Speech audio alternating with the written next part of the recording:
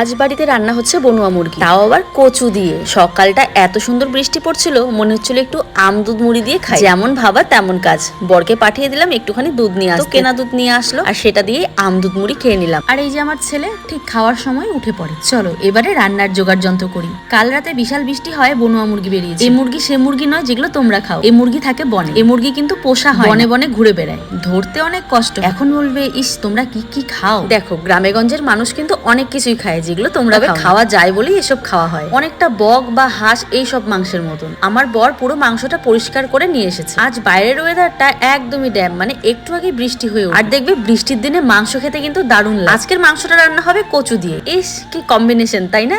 আমরা গ্রামের মানুষরা কিন্তু এইভাবে এই কচু সে কচু নয় যেটা তোমরা ভাবছো। আমার তো মনে হয় ভগবান এই কচুকে মাংস দিয়েই খাওয়ার জন্য বানিয়েছে, কারণ মাংস যখন এই কচু দিয়ে রান্না করি মাংস কেউ খুঁজে না, শুধু এই কচুকেই। না না, এই কচু কিন্তু গলায় ধরে না। আজকে বরবটি ভাজাও হয়েছে একটু, যা গরম পড়েছে কি বলবো। এই কচু হচ্ছে দুধ কচু, যেটা একদমই গলায় ধরে না। আর মাংস যেহেতু আজকে একদমই অল্প, তাই কচু একটু বেশি করে দেওয়া হয়েছে, সাথে একটু আলুও দেওয়া হয়েছে। ওইদিকে মাংস কষতে কষতে আমি ভাবলাম বাবুর কাপড়গুলো একটু ধুয়ে দিই। না না চিন্তা করো না, হাত আমি ভালো করে ওয়াশ করে নিয়েছি। এদিকে এসেই দেখি মাংস কষা হয়ে গেছে। ভালো করে কষিয়ে মাংসে দিয়ে দিলাম। এবার কাজ তো সারতে হবে, না হলে বাচ্চা কান্নাকাটি করবে, তাই ঘরের কাজগুলো সেরে রান্নাঘরটা ভালো করে পরিষ্কার করে ঝাড় দিয়ে নিচ্ছি। কি বলতো এতগুলো কাজ কিভাবে করলাম? আমার ছেলেকে আমার বরমশাই নিয়ে গেছে একটু বাইরে, এতগুলো কাজ সারতে পারে। দেখো এদিকে সুন্দর মাংসের ঝোল হয়ে গেল। এবারে দুপুরের খাবারটা জমে যাবে।